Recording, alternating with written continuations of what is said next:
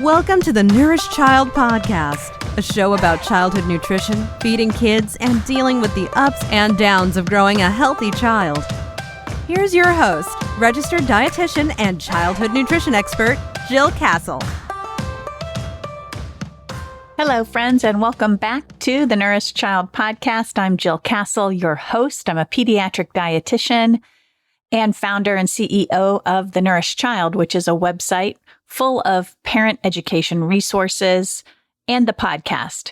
And today on the podcast, I have Dr. Caree Cotwright, who is the Director of Nutrition Security and Health Equity for the Food and Nutrition Services at USDA. In her role, she is working to advance food and nutrition security by building public awareness of USDA's actions to advance food and nutrition security, as well as collaborating and building partnerships with key stakeholders to maximize reach and impact. Dr. Cotwright is on leave as an associate professor of nutritional sciences in the University of Georgia's College of Family and Consumer Sciences Department of Nutritional Sciences. Her research centers on promoting healthy eating among infants through age 5 years old, with a particular focus on accelerating health equity among historically underserved populations. She is the author of numerous peer-reviewed publications and has collaborated with the Robert Wood Johnson Foundation, the CDC, and First Lady Michelle Obama's Let's Move initiative. She lives in Athens, Georgia, with her husband and adorable 3 young daughters. And today we are talking about how, in fact, the USDA and Dr. Cotwright is advancing food and nutrition security through the programs, through several programs that benefit children.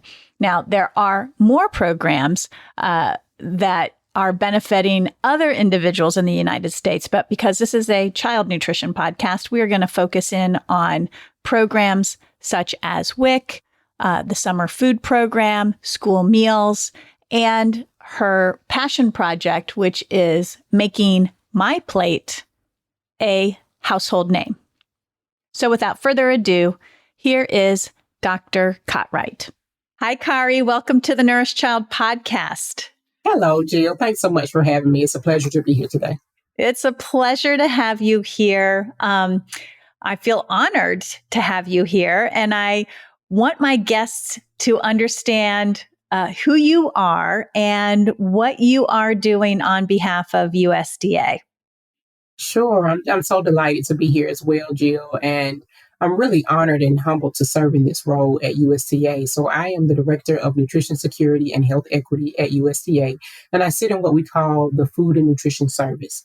And within that, in our efforts to promote what we call food and nutrition security, which I'll define in a moment, we have 16 nutrition assistance programs. And so a lot of your listeners may have heard of SNAP and WIC and, of course, the National School Lunch Program. So those are the types of programs that we help to advance. And in terms of working on food and nutrition security, we have come to define nutrition security as everyone in our country having consistent and equitable access to healthy, safe, and affordable food that is optimal for health and well-being. And so we're very excited about that and just looking forward to strengthening the work that we're doing. Yeah. And a big part of why I'm so excited to be here is that I am a mom as well. I have 3 daughters. They are ages 10, 8, and 6. And that's one of my most important jobs, making sure they're healthy and thriving. So I can relate so much to your listeners. Yeah. I do have a lot of parents on this podcast who are very interested in feeding and nourishing their children as optimally as possible. And I'm really thankful that we're going to talk about nutrition insecurity today, health equity issues and structural inequities. And just if you could sort of explain those terms as you see them for the audience, I think that would be helpful for moving this conversation forward. Sure. So as I define nutrition security, When we look at it, doesn't take away from our decades long work on food security or food insecurity. So when we have people who are food insecure, that means that they are not certain where their next meal may come from. Yeah. And so we've been working for decades on food security, making sure that people have access to affordable food so that they can make ends meet and have that food available. When we talk about structural inequities, we think about what we call in the field of public health the social determinants of health. So across things like healthcare, education, employment, wages, so many areas, there can be differences. And we call those structural inequities because they're not inequities that were created by the individual. And so there are structures and systems that make these things go into place. And it makes it hard for many people in our country to eat healthy and to live a healthy lifestyle. And so we want to acknowledge that and make sure that our future policies and the work that we do with our partners includes looking at this with a health equity vision, I like to say, instead of a lens, because the lens is like taking your readers on and off, but to have a health equity vision so that we can really think about how structural inequities impact healthy living. Yeah, yeah. And there is quite a bit of inequity, would you say? Oh, certainly. Yeah. And so tell us about the work that USDA is doing to ensure nutrition security. I feel like I heard something about 4 pillars, that you're approaching this in a pillared format. Can you explain that a little bit more to us? My pleasure. We know that our current programs, those 16 nutrition assistance programs, reach 1 in 4 Americans. And we want to do more. And we need the help of people like your listeners and your help because we know we can't do it alone. So we want to spread the word about what we're doing. And a part of that, as I spoke about the structural inequities, is that we're building awareness among our staff and key partners that things like structural racism harm health in ways that can be described, measured, and dismantled. So about 2 years ago, our Secretary of Agriculture, Tom Vilsack, established our Food and Nutrition Security Initiative. So I had a predecessor and now serving this role. And we really are looking at advancing nutrition security department-wide. And so we scaffold our work across 4 pillars. And I'll just give you a brief synopsis of what those are. The first is meaningful nutrition support from pregnancy to birth and beyond. So we have many programs that, of course, we talk about access to healthy food, but our partners and our consumers also need skills. And so our programs like SNAP Ed, which is a supplemental nutrition assistance program, allows education for our income eligible participants. We also have programs like FNEP, the Expanded Food and Nutrition Education Program, that goes out and teaches skills in the community. We have programs like WIC, which I'll talk about in a little bit, our supplemental program for women, infants, and children. And so when we think about that education and that support helps for people to have that meaningful nutrition support. Second, when we look at healthy food, we want people to have access to healthy, safe, and affordable food. And I talked about that being optimal for health and well-being. Third, we really want to focus on collaboration. We're looking at nutrition science and acting and really looking at it. And all of our work is grounded in science and working with our partners to promote that science. And fourth, last but not least, we are prioritizing equity every step of the way. So those 4 pillars across the department really do guide our work on nutrition security. Yeah. You have a lot of programs, and those are amazing pillars. We're going to talk about some of those programs, but I want to go back to a statistic that you mentioned, which was that 1 in 4 Americans are touched by these programs. Mm-hmm. Well, is that the goal? 25%? Is that where we need to be? Or is the number a larger number and we need more effort to make these programs not only more accessible, but build awareness around them? Yes, that's so correct, Jill. And we're proud of our efforts to date, but we know there's a lot more work to do. And so that's why we really do enlist the work of our partners, because this is a whole of society approach, and we can do better and go further and faster together. And so having opportunities to talk to members of your audience, to talk on podcasts, to get out and do outreach and spread the word about the wonderful benefits of our programs is so important. And you asked, what's the goal? 1 in 4 Americans. Jill, I can speak for everybody at USDA is that we want everyone who is eligible for our programs to be enrolled for our programs. And some of the things that we've done, I'll just give you one example. We really have a core priority to have universal free school meals. We haven't reached that in every state, but one example is a policy that we have called community eligibility provision, where there are counties within states that have a certain poverty level. And if they qualify, everyone in that county is able to get free lunch without problem. And so we want for all of our children to have an opportunity to have a healthy meal and not have to worry about payments or having parents to worry about payments. So again, if we can get more people involved in efforts like that, that's going to be important. And that's just one of many examples. Yeah, I do want to talk about school meals, and maybe we should segue and go ahead and talk about that a little bit right now. I know through the COVID pandemic, there were school meal waivers for the entire country, I think. Yes. You correct me if I'm wrong, please, Right. Caree. Correct. No, you're correct. All students were able to get free meals. Yes. Yes. And now I am a proud resident of Massachusetts, which I know has instigated free school meals for all the children in the state. And there's other states as well. And I'll just list them off in case we have listeners who don't know this, but California, Colorado, Maine, Massachusetts, Michigan, Minnesota, New Mexico, and Vermont all provide free school meals for children. Mm-hmm. Mm-hmm. That's impressive. Yes, we're so excited about it. It is wonderful. It is wonderful. And what do you think? I know I hear a lot about universal school meals, meaning that every state would provide these. I think that would be ideal. I don't know if that's where we're headed. What's the background on that? And what is it that you think is happening in that arena? Well, sure, Jill, you have the background correct. During the pandemic, we had to figure out how do we get food to kids. And so during COVID, we were able to have this wonderful opportunity to have waivers so that everyone, all of our children would receive free school meals. And so since that time, issues with supply chain or labor challenges and the broader environment has kind of kept us from keeping that up. And so that's why that's one of our secretary's core priorities. And schools got really creative. They were able to stand in the gap. I'm so proud of the work that our school nutrition directors and so many community members did.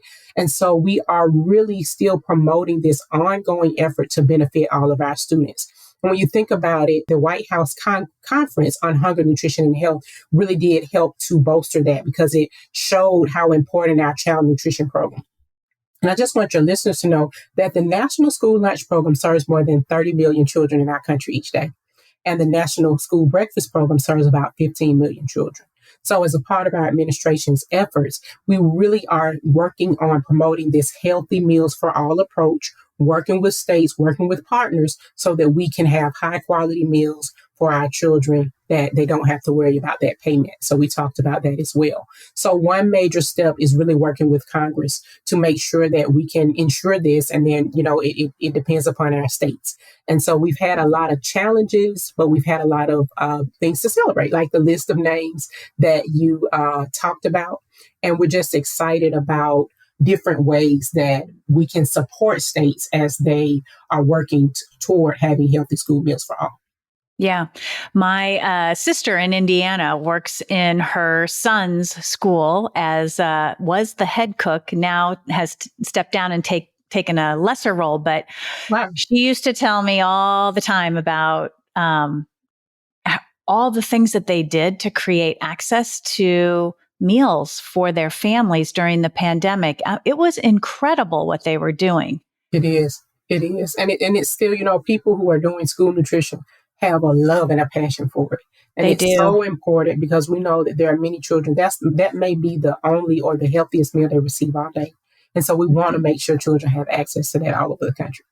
Yeah. Yeah. And 30 million is a lot of children having school lunch, free school lunch. So as a sort of extension of school meals, breakfast or lunch, that all ends come this month, right? Mm-hmm. Mm-hmm. Like the end of the school year.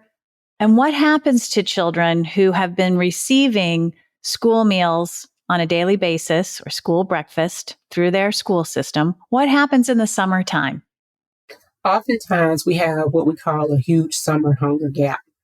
And we Mm. know that there are many children who I say, they're receiving that meal at school. And when you take that away, they're not able to gain access to their nutrient needs and those healthy meals. And so we have to bridge the gap. So one of our largest goals is to end summer hunger. And so we're really, really excited about that. And we have several programs that are going to help to bolster our efforts on ending summer hunger and promoting our summer nutrition programs. So what kind of programs do you have in the works for summer food? Well, one that I'm really, really excited about is called Sunbooks.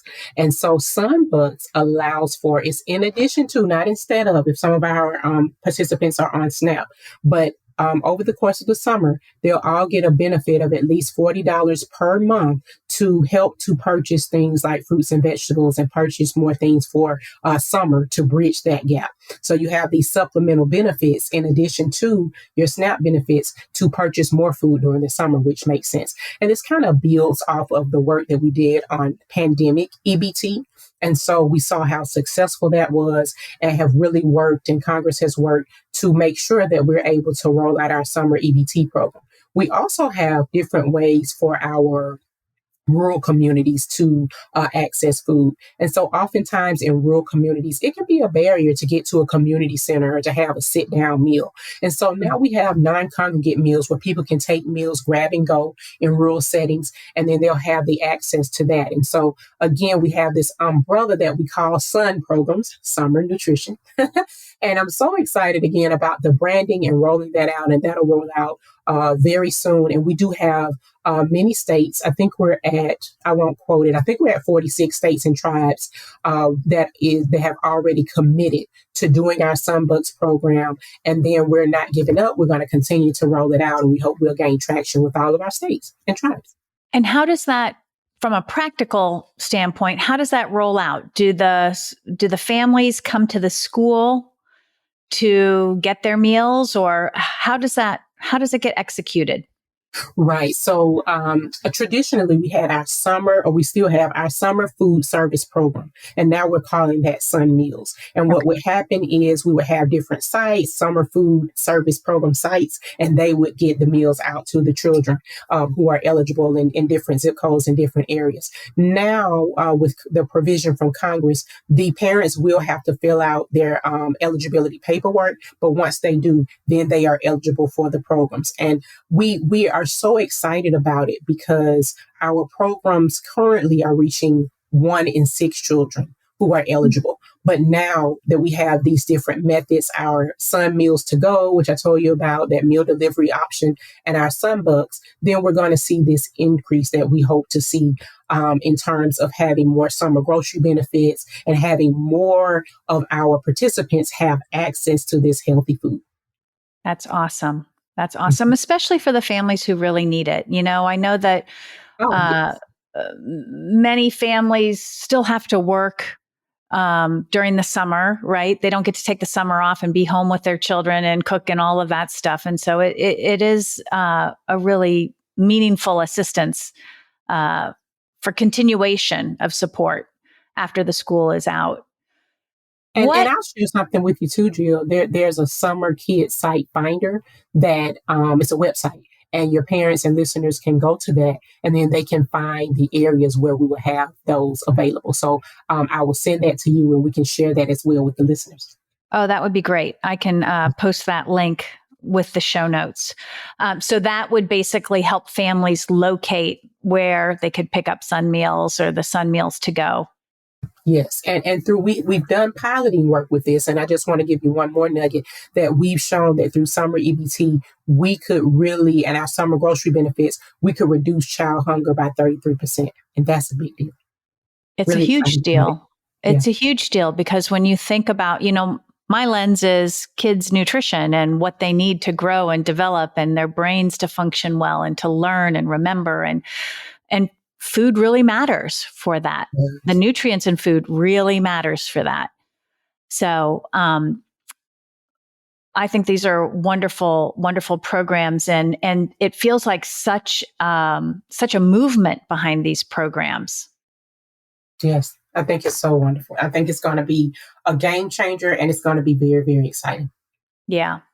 So for our very youngest Americans, we have the WIC program, which is Women, Infants, and Children. And that is near and dear to my heart. I trained at a WIC center when I was training to be a dietitian. And I've often said that, not only does WIC provide resources for food, but also nutrition education resources, which, not only are we helping families feed their children, but we're also teaching families to feed their children. Let's talk about some of the updates in WIC, because I know the food package got updated very recently. Yes. And I'll just give some background on that for your listeners. WIC provides supplemental foods and beverages like a nutrition prescription. You hear a lot about food is medicine. We think it's the original food is medicine program. And so we have updated our WIC food package. It's all based on nutrition science, and it's based on eating during critical life stages. And so we're very excited about it. And I just want to tell your listeners that, like you said, the women and the children get nutrition education, the women get breastfeeding support and healthcare referrals, and this helps with preventive care and immunization rates. And so as you asked about our updates, we're really, really excited about increasing fruit and vegetable consumption because we've increased that provision within our new WIC package. Also, we're being a lot more mindful to accommodate participants' personal and cultural food preferences and dietary needs. So, for example, expanding the types of whole grain options that participants can buy. We're also strengthening the support for individual breastfeeding goals, which is so exciting because we all know the nutritional value for breastfeeding for those mothers who choose to do that. Also, we want to make sure that our food package aligns with the latest nutrition science. If we're not updating, we're not aligned with the science. So we have to make sure that those supplemental benefits are meeting the nutritional needs of the mothers and the children. And so I want to just give you one example. Currently, our monthly benefit, when we think about fruits and vegetables, is $26 for children and $47 for participants who are pregnant or postpartum. And it's $52 for those who are partially or fully breastfeeding. And so this is significantly higher. In 2021, there was only $9 for children and $11 for women. So you think about that market increase. So we're working to make that permanent and help close this gap. And all of these things, not just the food package, but so many efforts that we're doing to modernize the way that people enroll in WIC and receive their services and make sure that it's easy for families to shop and get their education and buy those supplemental foods. So this is a part of our health equity work. And it really came from going and having community-driven tests and hearing from people, how can we make this better? And so I am so thrilled and excited about the changes that have been made. Yeah. And I know that when we were preparing for this interview, we talked about stigma. And I'd love to sort of touch on that right now, because I think that, the way that individuals access these programs or access the food benefits of these programs matters, right? That's why I think universal free school lunch is beneficial, because everybody's getting free lunch. It's not, some kids are getting free lunch and others are bringing their lunch or buying their lunch. And so it really sort of feels like, in that instance anyways, it really reduces shame and stigma when we can make school meals free for all children, right? Do you see that? I mean, I know that you've talked about health equity and when you think about these programs and addressing things like the stigma that may be experienced when you go through the grocery line and I know that is EBT is electronic, which you might want to just maybe identify that so listeners know what EBT is. But basically they're using almost like a credit card, right? A debit card. So it doesn't appear like it used to be vouchers, right? Back when I trained, it was paper vouchers. It was very obvious that somebody was using WIC paper vouchers. So EBT really cuts down on the stigma, I think. But I'm interested in your thoughts on that. Certainly. I mean, so let me just go back. You asked me to define it. So EBT means electronic benefits transfer. And so there is a card, almost like a debit card, to go in, they put in their PIN, and none's the wiser, right? And so you're Right. able to purchase your food. And so again, having dignity as we do that and making sure that that stigma is reduced is so important. And again, I'll go back there. We want every family, every individual that is eligible for our programs to enroll. And so one of the successes that we've had is that for our WIC modernization is that we're really working to diversify the workforce. I always say people in communities want to hear from people in communities. And Yeah. so when we have those trusted messengers, that's an important part of having skilled and a representative workforce to help us reach our goals. And Yeah. so this is a part of all of our department-wide efforts to advance food and nutrition security and to prioritize health equity. So as you think about that, one example for WIC is that it's growing, but we know we have a participation gap. So about 6.7 women, infants, and children participating with, but we want them to participate the entire time they're eligible, not just when the kids are little. And so what we've had over the past few years is for the first time, total WIC participation has increased in more than a decade.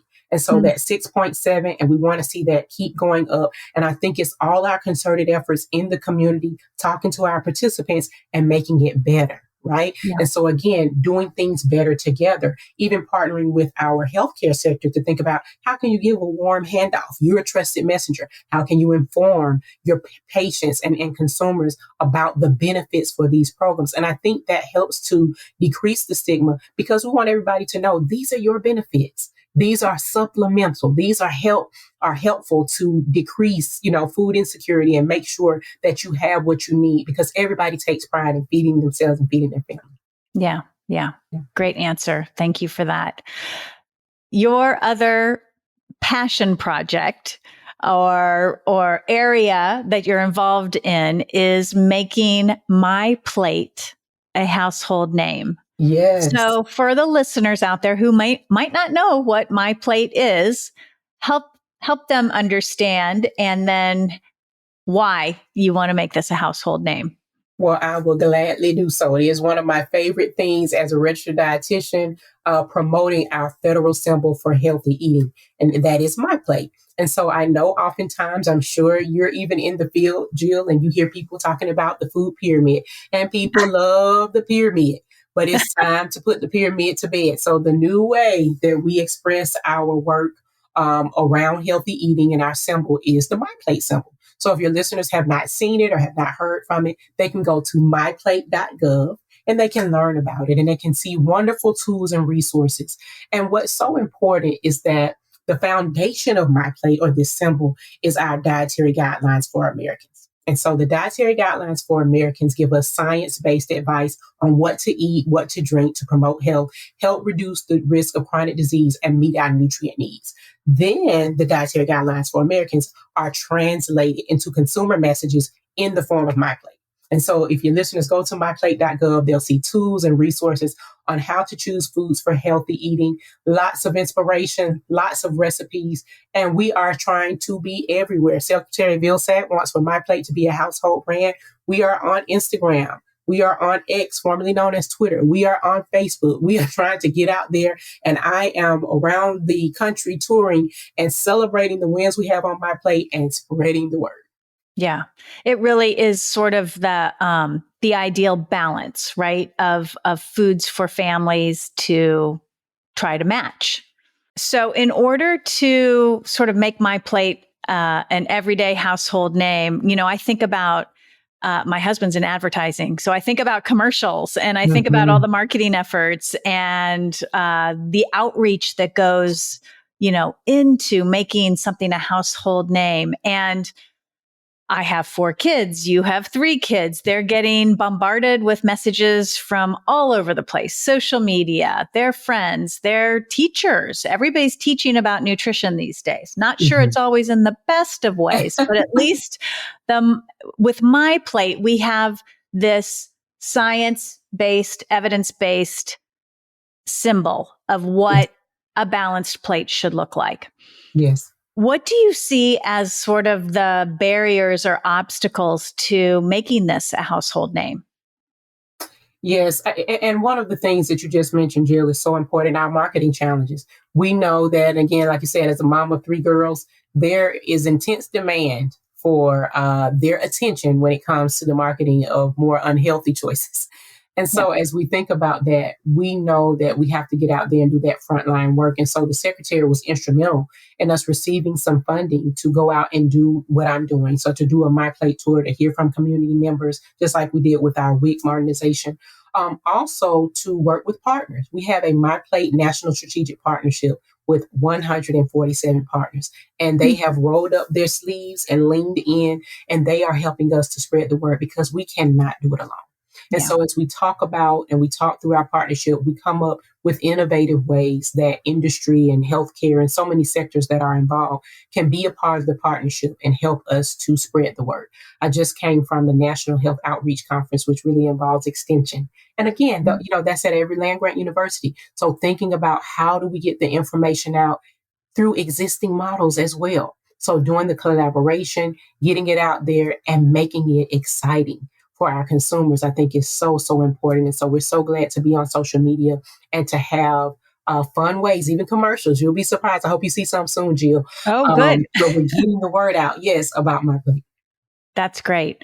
And just so listeners understand, the dietary guidelines come out about every 5 years, and MyPlate represents those dietary guidelines, correct? Yes, yes. The healthy eating index is sort of that tool that we measure the way we eat as Americans and how compliant we are to the MyPlate. And we're not very compliant, so we have work to do. We have work to do. We have work to do. And that's one of the things right now. We know our recent surveys say that only 1 in 4 Americans are aware of MyPlate. And so as we're doing that, we want to make sure that we're making sure that MyPlate is visible in all types of sectors. And so a part of our vision is to work with libraries, community centers, transportation, college dining halls, school lunch cafeterias, making sure it's everywhere, even in media and entertainment and at the community level, so that people can at least first recognize the symbol and then be pointed to the resources like the wonderful recipes, the MyPlate plan. And this is my little tidbit I love to share. You can even ask Alexa about MyPlate skills. Oh, I didn't know that. So we've talked about MyPlate, we've talked about school meals, summer food, WIC. Are there other programs or initiatives that you are involved with that you want listeners to know about? Well, our main efforts are really related to this department-wide approach for advancing food and nutrition security. So I kind of alluded to it a little bit. We also have some work where we partnered with ProMedica and Root Cause Coalition, because right after the White House Conference on Hunger, Nutrition, and Health, we had our first National Nutrition Healthcare Summit. And so this was held at our USDA headquarters and really just working with the healthcare sector to see what were the gaps. And one of the things that we found was that there just were a lot of healthcare providers that aren't aware of our programs. They simply weren't aware. And so how can you do a warm handoff if you don't know about it? So increasing that kind of goes along with this movement as food is medicine, because of course our health practitioners are highly involved in that. And we are the food, and food is medicine. We're getting out those supplemental benefits to so many of our consumers and our participants. And we want to make sure they have the most up-to-date and the most sound advice. As you said, there's a lot of nutrition advice out there. We want to make sure they're getting what they need. And so as we're working on these efforts, it's really a collaborative thing where we work with our Center for Nutrition Promotion and Policy, and they come up with all of these wonderful things. And having that partnership is so key. And another thing that we're doing as I go on my MyPlate promotional tour is having listening sessions. And so I'm not only doing this at national conferences where we've done it, we did it at FNCE and we did it at a lot of other conferences, but we're going to each region and talking to people who are doing this work on the ground. And so all of it ties together. It is just so exciting. And the other part is just working internally to institutionalize nutrition security, because everything we do is related to nutrition security. So Yeah. I am just so excited. I'm always out doing public speaking, being excited about talking about the work that we're doing, pounding the pavement, shaking hands.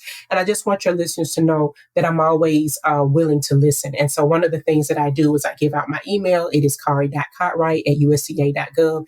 They can email, they can send questions. A lot of times I have an opportunity to be in different states. And so if they have, some questions about, recorded remarks or what are we doing in different efforts, we have websites. We have videos. And so we're producing all of those tools. So it will be easier for our people on the field, for our parents, for participants, for consumers to know more about how to make healthy choices and make it the easy choice. Yeah. And I love that you're listening to constituents and getting feedback. I'm curious, what are you hearing when you go out on the road? What are the wins and what are the challenges that people are facing? Oh, yes. Well, I'll tell you, I'll start with MyPlate since I've been out, doing that work. And we have heard the need for more cultural, contextual, and linguistical sensitivity when it comes to MyPlate. And so we really are taking that to heart. One of the things that the team has done is taking pictures of cultural food so people can see themselves in MyPlate. I've had people say, well, our communities eat out of bowls more than they eat out of plates. So we talk about deconstructing that bowl and how does it look, ahead of time. So making sure of that. There may be different components like dairy that people don't consume as often. How do we, talk about that and deal with it? And one of the things that I talk about is looking at MyPlate as a foundation. It is our federal symbol for healthy eating, but there are many community organizations that have adopted or adapted it for their community. And so again, we're grateful for that because everything that we're doing is grounded in science. And so as we do that work, it is just so important.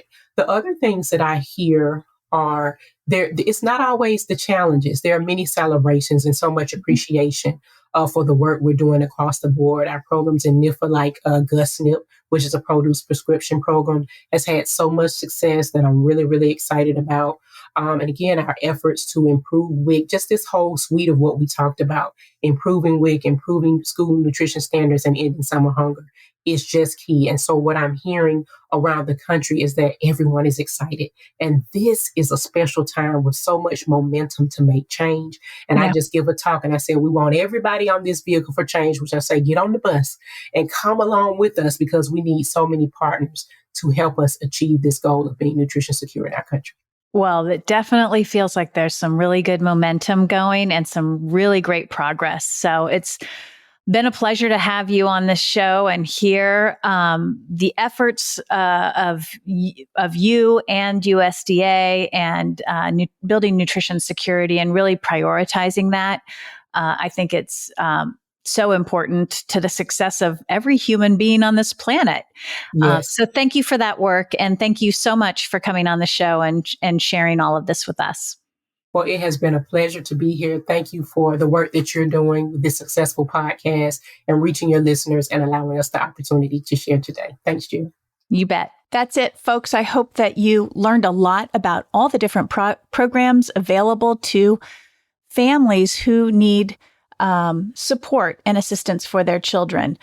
Because this is June, obviously the summer food program is something that can really help many children in the United States ensure that they get adequate nutrition, including important nutrients for their physical growth and development. As always, thank you for being a listener of this podcast, and many thanks also to Dr. Caree Cotwright for sharing her time and insight with you. If you enjoyed this episode and want to support this show and my work, please take a minute to follow the podcast, leave a rating and review, and visit thenourishchild.com to sign up for my weekly newsletter, The Munch.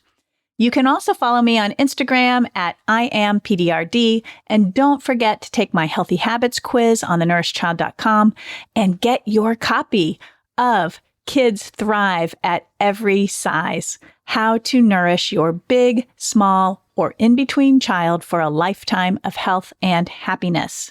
That's it this week, folks. In the meantime, give that child in your life a loving squeeze today. Bye for now.